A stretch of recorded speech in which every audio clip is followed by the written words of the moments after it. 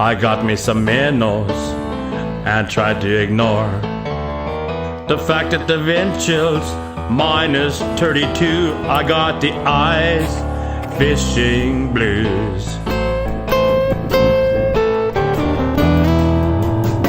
I drive to the lake and it's still pretty dark.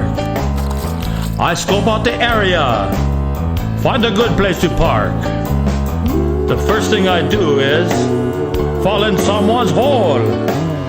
I remove from my backside a left behind pole, and the hook to my fly somehow seems to be fused. I got the ice fishing blues. I dig out my pliers, try removing the hook.